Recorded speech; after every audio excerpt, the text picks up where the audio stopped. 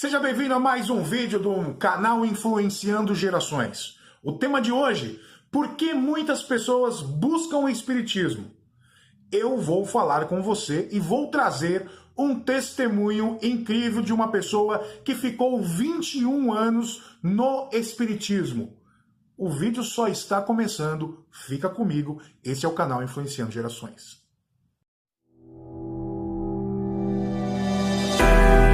Bom pessoal, sou o Pastor Alê, seja bem-vindo, canal Influenciando Gerações, este é o nosso terceiro vídeo da série Espiritismo à Luz da Bíblia, refutando o Espiritismo. Hoje o tema, por que as pessoas buscam o Espiritismo? O porquê que elas vão ao centro espírita ou até mesmo em busca de um médium.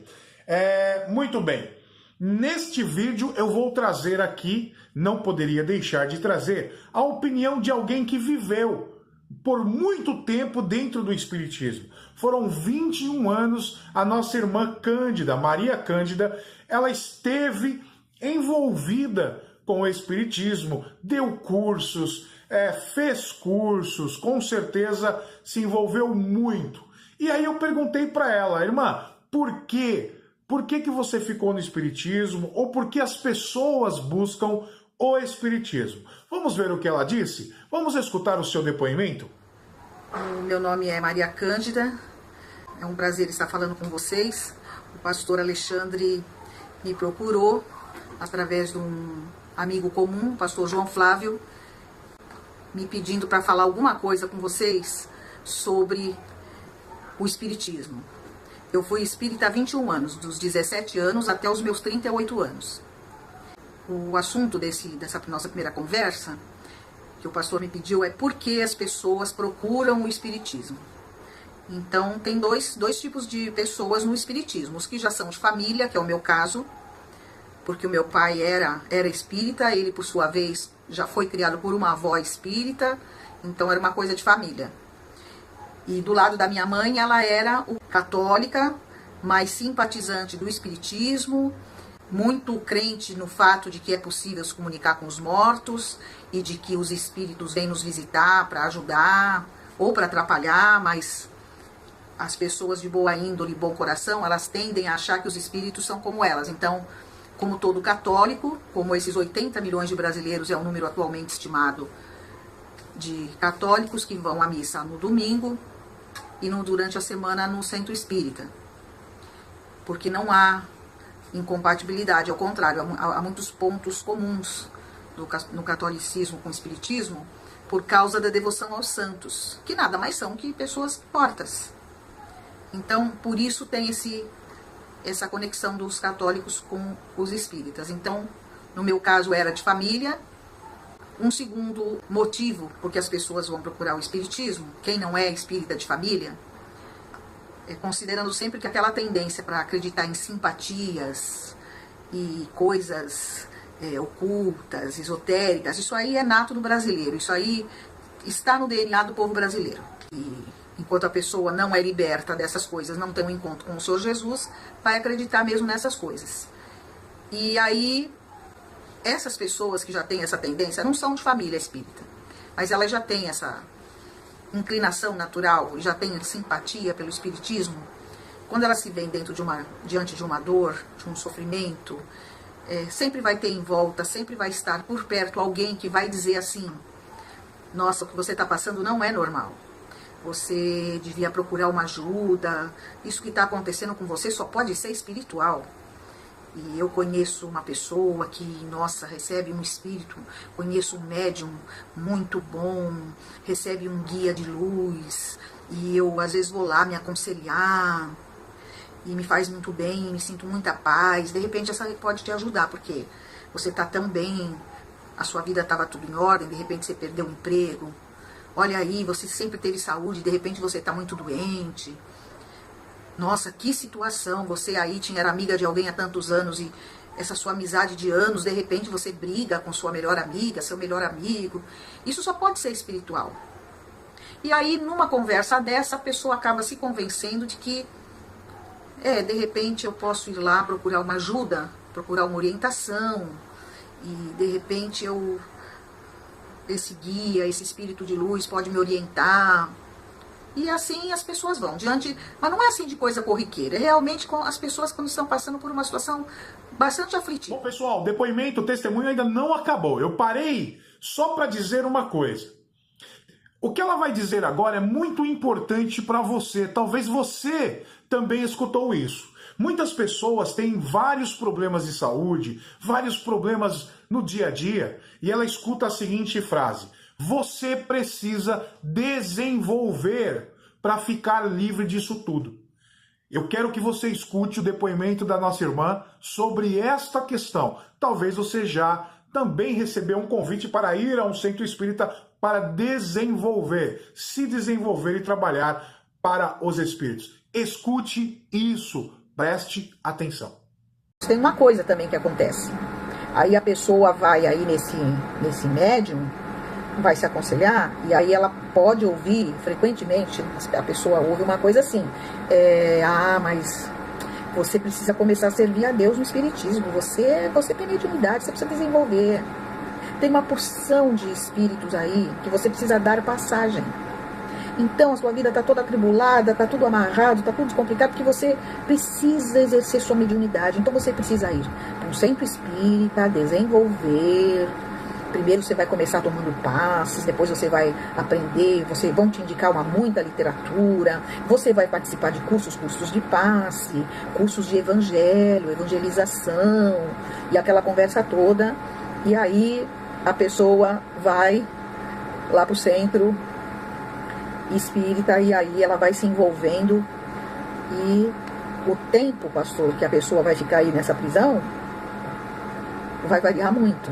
Eu fiquei lá 21 anos, né? Eu peguei assim da minha adolescência até a minha idade madura. E aí eu passei pelo processo inverso.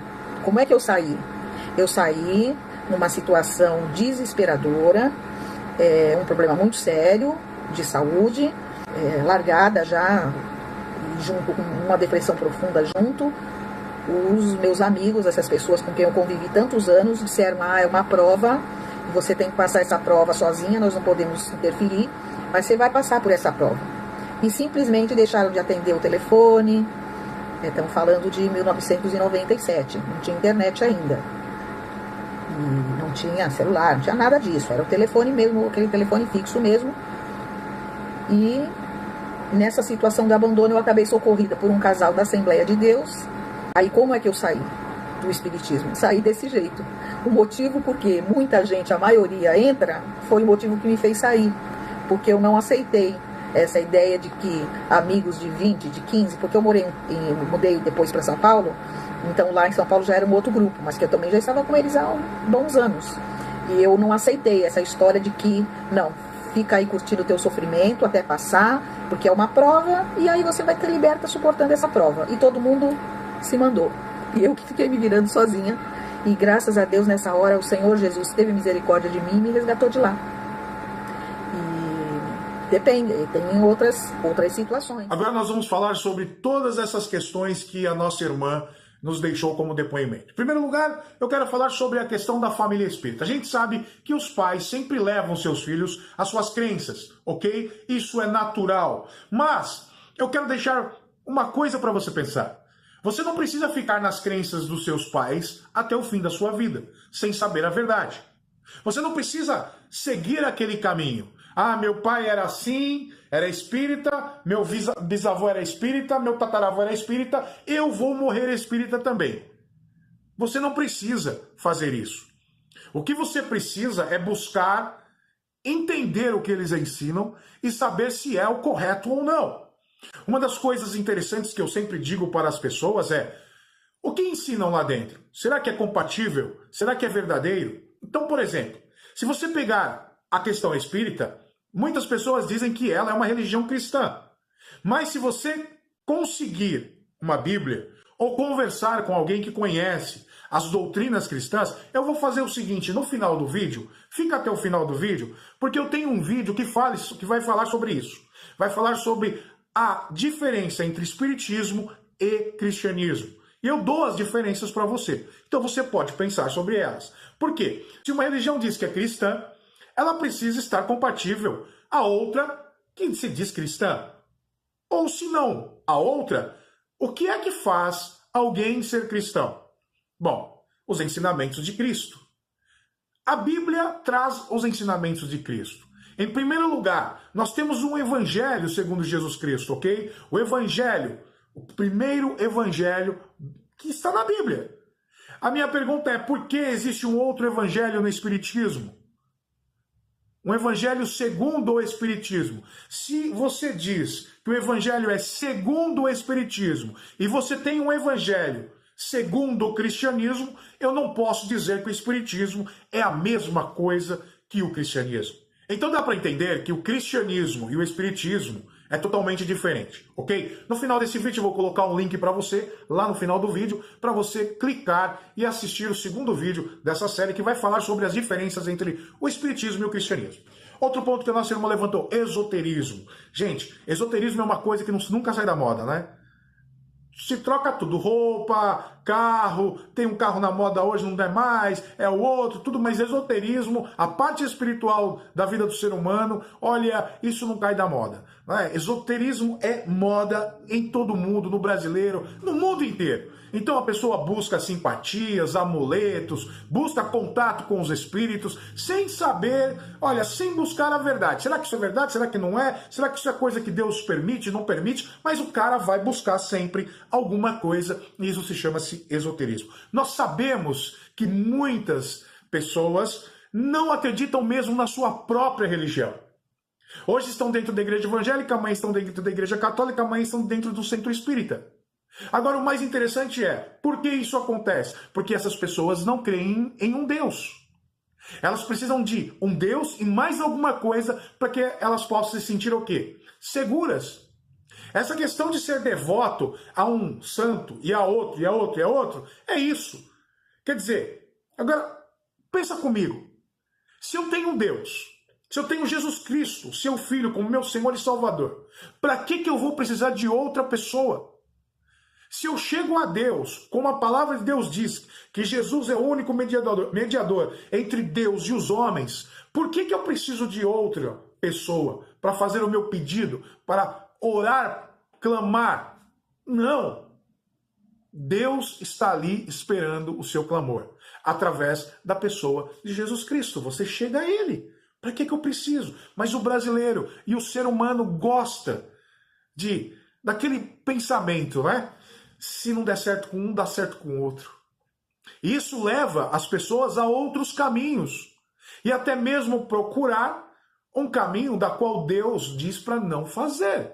Que é consultar os espíritos, consultar os mortos, procurar um médium. Você sabia que o cristianismo diz na palavra que isso é uma prática proibida por Deus? E antes de eu mostrar para você na palavra de Deus que isso é proibido por Deus, eu quero mostrar para você que nem Kardec diz que é possível identificar o espírito que está no médium com certeza. É isso mesmo, eu estou dizendo isso. Bom, como é que eu vou provar isso? Através do Livro dos Espíritos, ok? Essa é uma apostila da Federação Espírita do Brasil.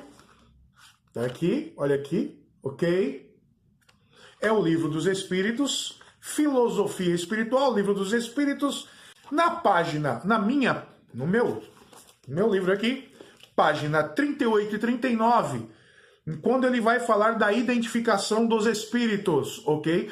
Pode diferenciar a página do seu livro, por exemplo, dos espíritos. A minha é uma apostila que eu comprei lá na Federação Espírita do Brasil, ok? Eu tenho vários livros de religiões, sou apologista cristão e eu preciso dizer o que é, mas eu não posso dizer simplesmente da minha cabeça. Eles dizem e a gente vai, olha na palavra de Deus e refuta a questão com a palavra de Deus, não aquilo que eu acho ou aquilo que eu penso.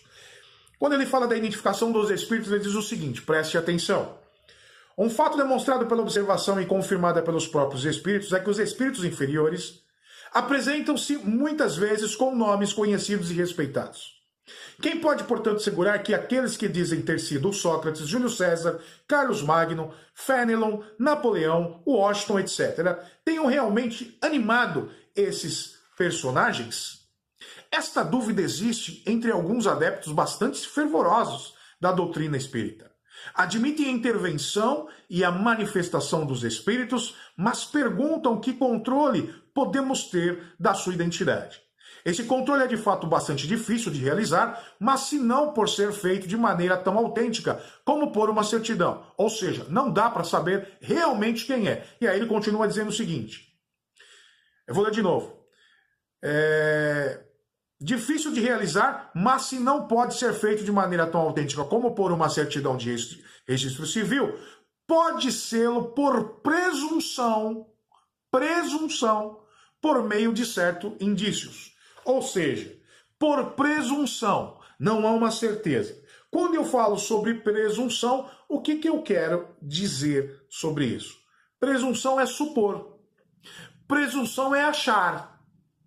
Ok? Pego alguns indícios, uma voz, um modo de falar, algumas coisas e olha, eu estou presumindo que pode ser o meu filho. Eu estou presumindo que pode ser o meu marido. Mas tem certeza? Não, não posso ter certeza. Isso vai ser tema de um único vídeo que eu vou mostrar até para você que os espíritos podem sim enganar muitas pessoas, porque eles podem imitar vozes, imitar assinaturas, aquelas cartas psicografadas, que a pessoa pega e fala assim, puxa, essa é a carta, essa é a letra do meu marido, do meu filho, da minha filha, da minha mulher. Eles podem sim imitar isso, e eu vou mostrar para você dentro da própria doutrina espírita. Mas agora o mais interessante é que Deus já nos alertou lá na palavra dele para não consultar os mortos, para não consultar aqueles que buscam os espíritos dos mortos, ou seja, os médiuns. Por quê? Porque você pode ser enganado, meu querido. Deuteronômio 19, versículo 9 a 13, diz assim, quando entrares na terra que o Senhor teu Deus te der, não aprenderás a fazer conforme as abominações daquelas nações. Entre ti, se não achará quem faça passar pelo fogo o seu filho ou sua filha, nem adivinhador, nem prognosticador, nem agoureiro, nem feiticeiro, nem encantador de encantamentos, nem quem consulte um espírito adivinhante, nem mágico, nem quem consulte os mortos. Pois todo aquele que faz tal coisa é abominação ao Senhor, e por estas abominações o Senhor teu Deus as lança fora diante de ti. Conseguiu entender que isso é proibido por Deus? Eu quero ler outra passagem para você. Lembra que esse era um tema para um único vídeo, ok? Não vou ler todas as passagens, não vou fazer uma refutação com várias passagens bíblicas, porque nós vamos ter um vídeo sobre isso. É possível identificar o espírito que baixa nos médiuns? Então segura aí. Mas eu quero ler para você Levíticos 19, versículo 31, que diz o seguinte, não recorram aos médiuns, nem busquem a quem consulta espíritos, pois vocês serão contaminados por eles, eu sou o Senhor, o Deus de vocês. Se o espiritismo fosse uma religião cristã, certamente ele iria obedecer à palavra de Deus e não iria ter essa prática da mediunidade. Vamos para um outro assunto que a nossa irmã trouxe. Você precisa se desenvolver. Esta frase muita gente escuta. Muita gente vai para o espiritismo através disso. Por quê? Porque estão passando por problemas, dificuldades, angústias. Acontece alguma coisa na vida, alguém chega, olha, você precisa se desenvolver. Os espíritos estão deixando você dessa forma, está acontecendo isso para que eles possam usar você como canal. Você precisa trabalhar para os espíritos. Que espírito é esse que coloca uma enfermidade em alguém para usar aquela pessoa? Não é possível isso. Minha esposa, ela tinha alguns desmaios, ela tinha disritmia cerebral. E ela escutou muito disso, muito. E a mãe dela levava ela para o centro espírita. Hoje não. Hoje ela está ao meu lado, né? Ela me ajuda a pastorear. E ela está livre disso tudo, ok? Através de um tratamento médico, que Deus preparou um médico, aonde ela fez um tratamento há mais de 20 anos. Veja bem, deixa eu conversar com você, eu queria que você pensasse sobre isso. Quantas pessoas acreditam nesta frase? Você precisa se desenvolver. E vão para o centro espírita e começam ali a trabalhar, e começam a fazer, e não são libertas da sua angústia e enfermidade. Muitas, milhares, meu amigo, milhares. Tribulações, dificuldades, enfermidades acontecem para todos. Acontece para todos. A Bíblia diz que o sol e a chuva cai tanto para o justo, como para o ímpio, como para o injusto. Uma coisa que eu quero que você entenda é que Deus não vai colocar uma enfermidade na sua vida para que ele possa usar você. A Bíblia diz que ele bate na porta do seu coração. E se você abrir, ele entra e vai cear contigo. Você entende isso? Que tipo de amor é este que me obriga a amar?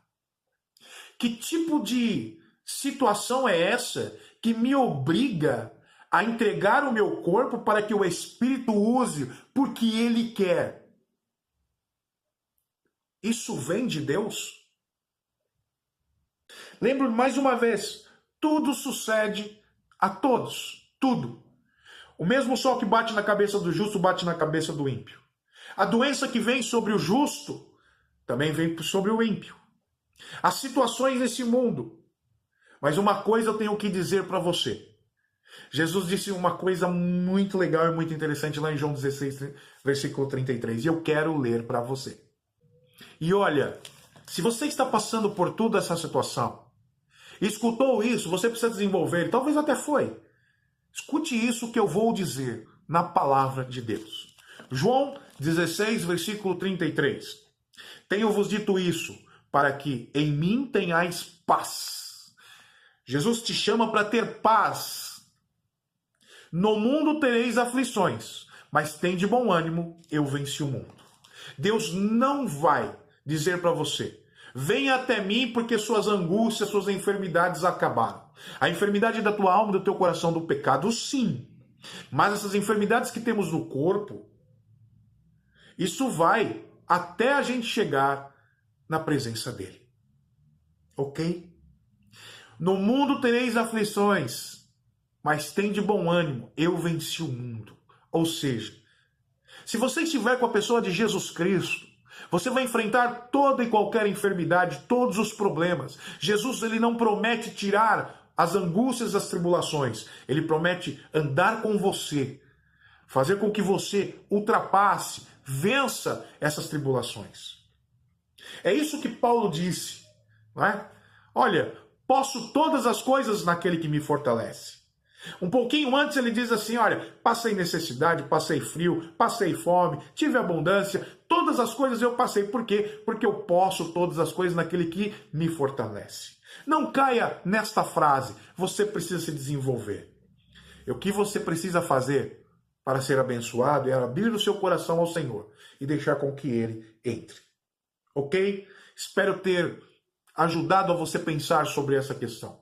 Não fique preso, escravo dos espíritos. Não fique com medo de sair da onde você está.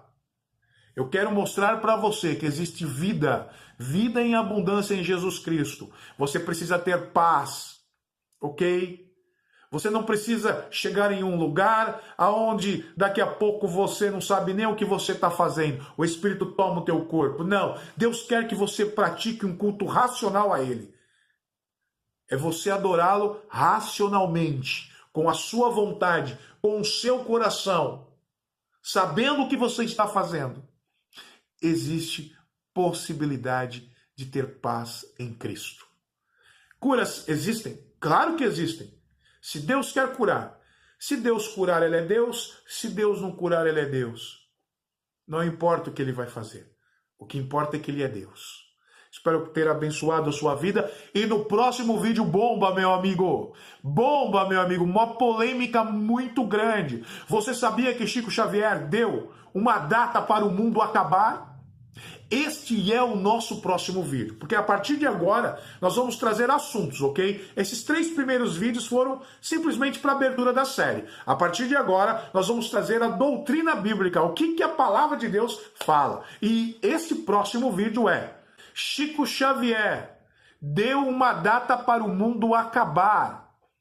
Será que isto é possível? Não vá embora.